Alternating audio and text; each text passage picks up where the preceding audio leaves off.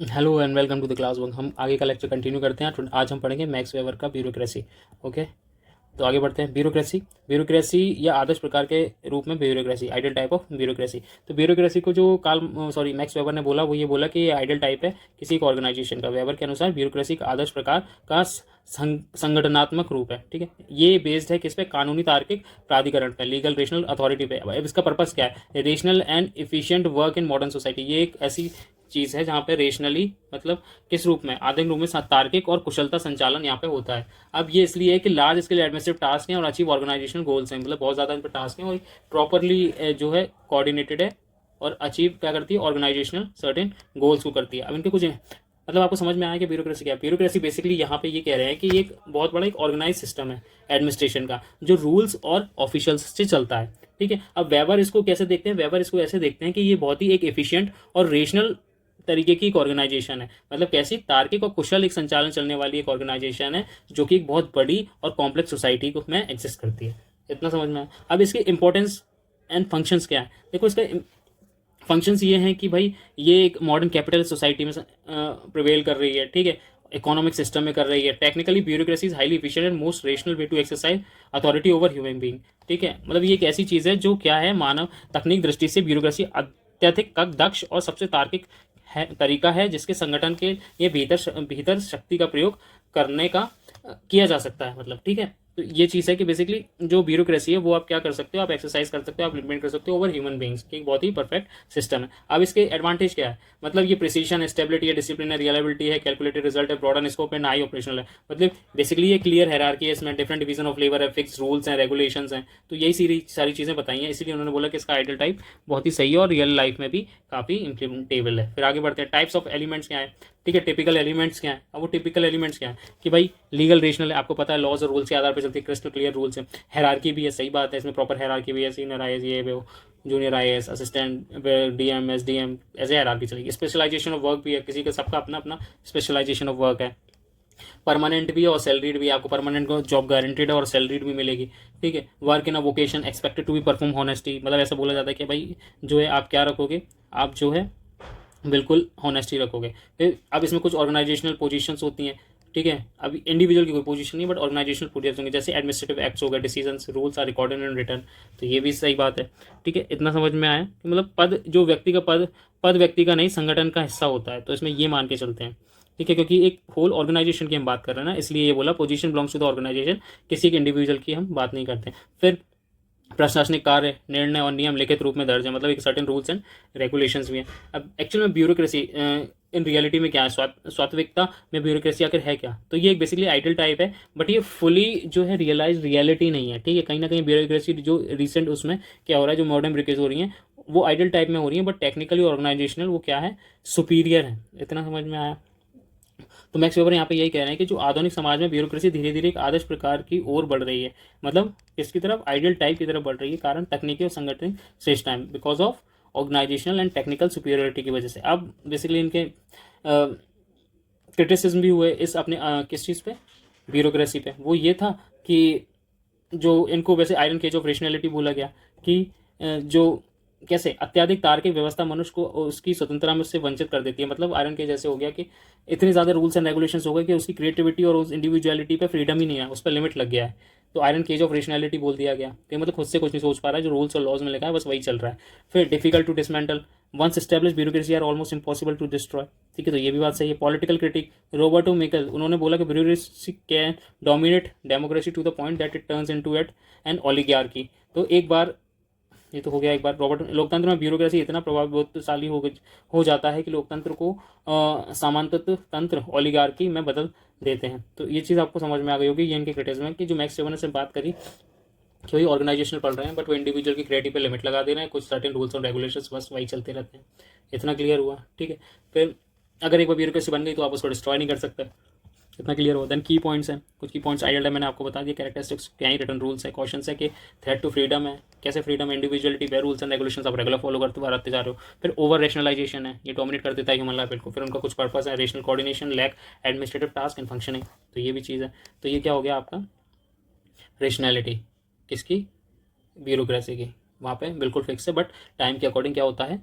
Time के according ये सारी चीज़ें और फिक्स आइडियल टाइप में क्रिएट होती जा रही हैं, ऐसा मैक्स वेबर का है। बट देर आर उनके बहुत सारे क्रिटिसिज्म में आलोचनाएं हैं, ठीक है, जो उनके पक्ष में नहीं है वो आप यहाँ से देख लोगे। इतना समझ में आया। अब आगे बढ़ते हैं, जो हमारा लास्ट टॉपिक है। तो नेक्स्ट टॉपिक हमारा Protestant ethics and spirit of capitalism. अब इसमें है क्या, देखो ये जो बुक थी ना, मैक्स वेबर ने इसका आइडियल टाइप क्रिएट करा था, ठीक है, आइडियल टाइप, ठीक है, तो इसी को हम पढ़ेंगे। तो अभी बेसिकली इसमें क्या है, इसका जो कंटेक्स्ट संदर्भ है वो ये है कि ये 1904 में पब्लिश हुई थी, Protestant ethics and spirit of capitalism. अब इसका बेसिक जो फंक्शन है, वो जो फीचर है, जो विशेषता है, वो ये है कि ये इसमें साइंटिफिक मेथड यूज़ करा गया था सोशियोलॉजी में। इसको study macro phenomena through micro analysis, मतलब इसको माइक्रो विश्लेषण के माध्यम से मैक्रो घटनाओं का अध्ययन किया गया था। ठीक है, कर्णात्मक बहुलता यानी कैजुअल प्लूरलिज्म, इसमें क्या करा गया था, तो इसमें क्या करा गया था, basically incorporate political, economic and religious factors को इंप्लीमेंट करा गया था। अब इस जैसे मार्क्स कई बार एम्फेसाइज करते हैं उसकी तरह नहीं, बट वेबर ने इस पे आइडियाज़ और वैल्यूज़ पे एम्फेसाइज करा था, ना कि किस पे, इकोनॉमिक या पूरे मटेरियलिस्टिक फैक्टर पे, क्योंकि मार्क्स ने तो सिर्फ उस पर इकोनॉमिक या मटेरियलिस्टिक कंडीशन पे बात करी गई थी, लेकिन वेबर यहाँ पे किस पे बात करते हैं, जो उसके आइडियाज़ और वैल्यूज़ पे बात करते हैं। तो वही चीज़ यहाँ पे लिखी हुई है। अब जो वेबर के थे वो क्या की ऑब्जर्वेशन थे, जैसे कि बिजनेस लीडर हैं, कैपिटल ओनर्स हैं, स्किल्ड वर्कर्स हैं जो यूरोप में, वो क्या कौन थे, बेसिकली प्रोटेस्टेंट थे। अब historically and contemporary correlation suggest links Protestantism and capital, इन दोनों में एक सर्टेन लिंक शो करता है, क्योंकि जो आज के टाइम पे अगर हम देखें जो वहाँ पे बिजनेस है, कैपिटल ओनर्स है, स्किल्ड वर्कर्स हैं, वो यूरोप में वो कौन है, बेसिकली प्रोटेस्टेंट्स हैं। ठीक है, अब led Weber's to ask is there a correlation between Protestant ethics and capitalism, इन दोनों में कोई रिलेशन है क्या, ऐसा कौन पूछते हैं, जो कहा वो मैक्स वेबर है, ऐसा पूछते हैं। ठीक है, तो अब इनने कुछ अपना एक आइडियल टाइप क्रिएट करा इसी चीज़ पे, किसका, प्रोटेस्टेंट एथिक्स का, जैसे कैल्विनिज्म भी बोला और कैपिटलिज्म पे, कि इन दोनों में रिलेशन बनाने का एक आइडियल टाइप को जो है उन्होंने क्या बनाया, एक आइडियल टाइप डेवलप करा। और उसके बाद उन्होंने क्या करी, इसकी कंपैरेटिव स्टडी करी, मतलब उनका आदर्श प्रकार बनाया प्रोटेस्टेंट नैतिकता पे और पूंजीवाद पे, और उनका तुलनात्मक अध्ययन किया। अब आइडियल टाइप ऑफ कैल्विनिज्म बनाया, प्रोटेस्टेंट का बनाया। उन्होंने देखा कि डॉक्टर ऑफ प्रीडेस्टाइन, मतलब इन्होंने बोला कि जो पहले से ही है ना वो कुछ चूज है, मतलब उन्होंने बोला कि गॉड ने, ईश्वर ने पहले से ही कुछ लोगों को इलेक्ट करके रखा है और कुछ लोगों को ऐसे भाग्य के आधार पे, मतलब निचले स्तर पे रखा है। मतलब वो ये कहना चाह रहा था मैक्स वेबर, वो ये बोल रहे थे कि भाई पहले तो कि पुनर्निर्धारण है, मतलब पहले से प्री डेस्टाइंड है कि कुछ लोग जो है अमीर बनेंगे, कुछ गरीब बनेंगे। ठीक है, ये तो पहला था। फिर उन्होंने दूसरा जोड़ा कि दिस वर्ल्डली एसेटिज्म, फिर उन्होंने ये बोला कि इस संसार की तपस्या, कठोर आत्म अनुशासन, परिश्रम, विलासित से परहेज, इसमें भी ये लोग परहेज करते हैं। ठीक है, वर्क एज अ कॉलिंग। अब वर्क एज अ कॉलिंग कैसे, वर्क एज अ कॉलिंग ऐसे कि एवरी वर्क इज, इनके लिए जो होगा सेक्रेट होगा, मिशन फॉर गॉड्स ग्लोरी, मतलब ये जो भी काम करेंगे वो ईश्वर का काम मान के करेंगे, ऐसा ये सोचते थे। अब God's glory in creation, world is created for God, he is unknowable. ठीक है, वो ऐसा समझते थे, ईश्वर की महिमा में संसार क्या है, संसार ईश्वर की महिमा के लिए बनाया गया, ईश्वर के लिए बनाया गया, तो उसके हम यहाँ पे आए और उनका ही काम कर रहे हैं, तो इसलिए ये बहुत अच्छे से, बहुत डिसिप्लिन वे में, हार्ड वर्किंग तरीके से काम करते थे। अब नो प्रीस्टली मीडिएशन, इसमें क्या होता था, पादरी की मदद नहीं होती थी, ये और ईश्वर के दोनों की समझ होती थी आपस में, कि भाई ईश्वर ने ये संसार बनाया है और इस संसार में हम आए हैं, तो हमें जो भी कार्य मिलेगा वो हम ईश्वर का कार्य ही करेंगे और बहुत अच्छे से करेंगे। तो ये प्रोटेस्टेंट लोग सोचते थे। ठीक है, और ये भी सोचते थे कि भाई ये सब प्री डिटरमाइंड, अगर मैं यहाँ आया हूँ तो मेरे को इस तरह का काम है और मैं यहाँ आया हूँ लेवल पर, ये पहले से फेट जो है, डेस्टिनी डिसाइड होती है।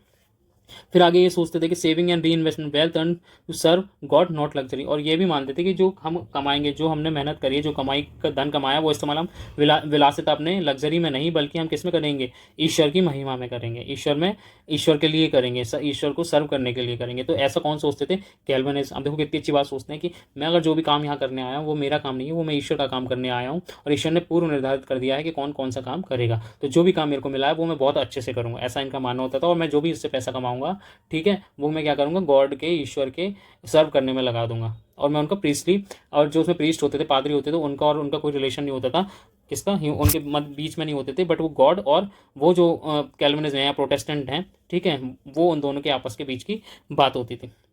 ठीक है, अब आइडियल टाइप ऑफ कैपिटलिज्म मैंने बताया। अब स्पिरिट ऑफ कैपिटलिज्म आप क्या कह लो, या पूंजीवाद का आदर्श प्रकार कह लो, तो इसमें economic system focus unlimited profit accumulation पे बात करता था, असीमित लाभ अर्जन पर आधारित प्रणाली। फिर इन्होंने उसमें और ऐड करा कि वर्क इज ऑर्गेनाइज रेशनल, मतलब कार्य तार्किक रूप से संगठित है। Ethics include time is money, work done well, profit as equal. तो इसमें एथिक्स क्या इंक्लूड हो रहा है, एथिक्स हो रहा है जो समय है वो मेरा पैसा है, ठीक है, उसे बर्बाद नहीं कर सकता मैं ज़्यादा, ठीक है, हर टाइम को आप मनी की तरह मानते हो, ठीक। अब जो भी आपको काम करना है बहुत अच्छे से करना है। प्रॉफिट क्या है, इसका अल्टीमेट गोल है। अब इन्होंने और किसको फोकस करा, ऑनर्स इंडिविजुअलिटी, मतलब एकांतवाद पे फोकस करा, क्या भाई व्यक्तिवाद पे फोकस करा कि आप जो व्यक्ति के बारे में सोचो, इनोवेशन पे, प्रॉफिट, ठीक है, लाभ की खोज में, फिर हार्ड वर्क पे, इन सब पे इनका फोकस रहा। किसमें, कैपिटलिज्म की, यही तो बात रहती है मेन।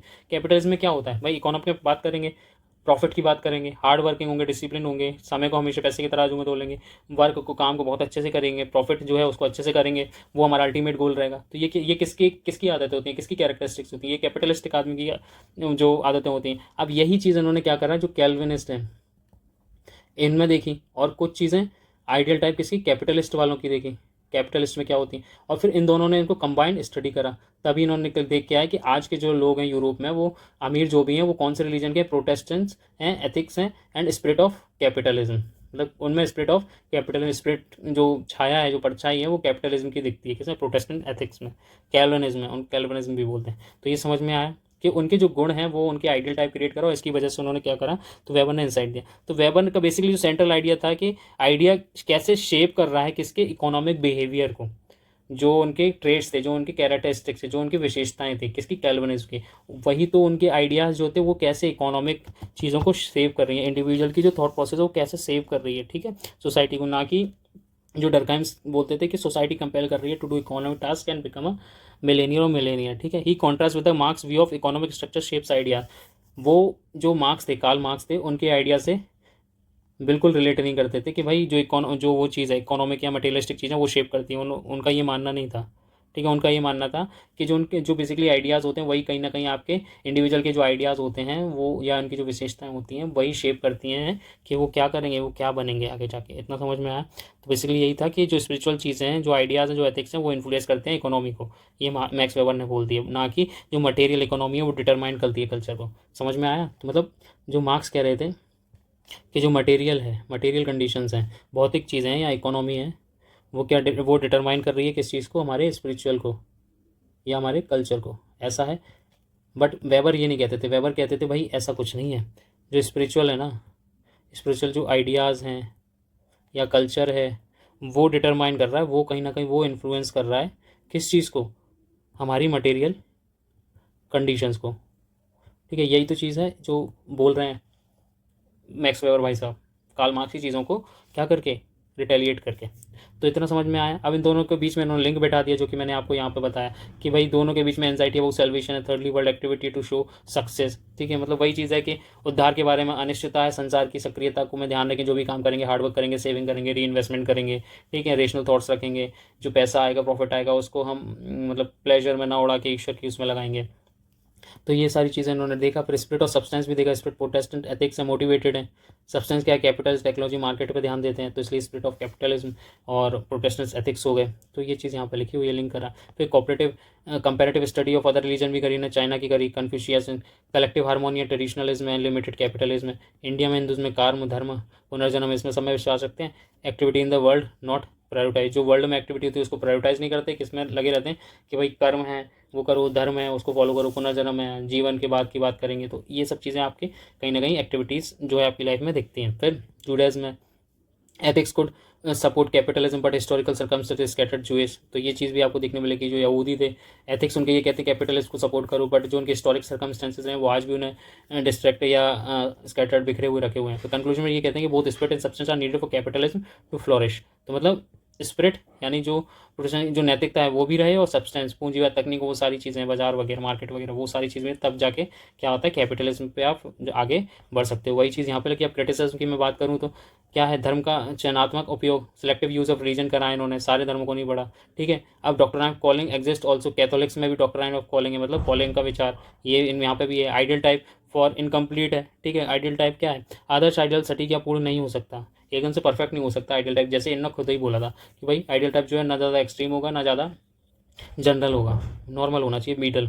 फिर अल्टरनेटिव एक्सप्लेनेशंस होंगे, जो ब्रिटिश एरिस्टोक्रेसी होगी, ठीक है, जो ब्रिटिश अभिजात वर्ग होगा, उनने पूंजीवाद को हमेशा बढ़ावा दिया है, तो ये भी यहाँ पे देखने मिलता है। और कुछ selective example some non Protestant group जैसे Chettiar India also show capitalism trait, तो उन्होंने इसकी बात नहीं करी। तो फिर इनका जो इंडिया की स्टडी करी थी इन्होंने धर्म कर्म वाली, तो वो फेल हो जाती है। तो ये कुछ सिलेक्टिव क्रिटिसिज्म है, बट इनकी जो थॉट प्रोसेस था वो काफ़ी सही था कि भाई इंडिविजुअल के जो एक्शंस है वो हम उसको इंटरप्रिटेट कर सकते हैं, उनको समझिए, वो एक कुछ ना कुछ चीज़ें बताते हैं। और उन्होंने सोशल एक्शंस बताए, फिर ब्यूरोक्रेसी को कुछ अथॉरिटी वाली चीज़ें बताई, तो ये बहुत ही आज भी रिलेवेंट है आज, इसलिए हम इनको पढ़ रहे हैं। और इनका योगदान जो as a founding father of sociology में और डिपार्टमेंट इस्टेब्लिश करने में जनवरी में एक बहुत ही बड़ा उपयोग माध्यम रहा है, एक नई धारा प्रदान करने के लिए, किसके लिए, सोशियोलॉजी के लिए। ठीक है, so this is all about our Max Weber lecture, we will conclude here. ठीक है, दिस टॉपिक तो यहीं पे खत्म होता है। तो हमारे सोशियोलॉजी के बेसिकली क्लासिकल थिंकर्स हमने कंप्लीट कर लिए हैं।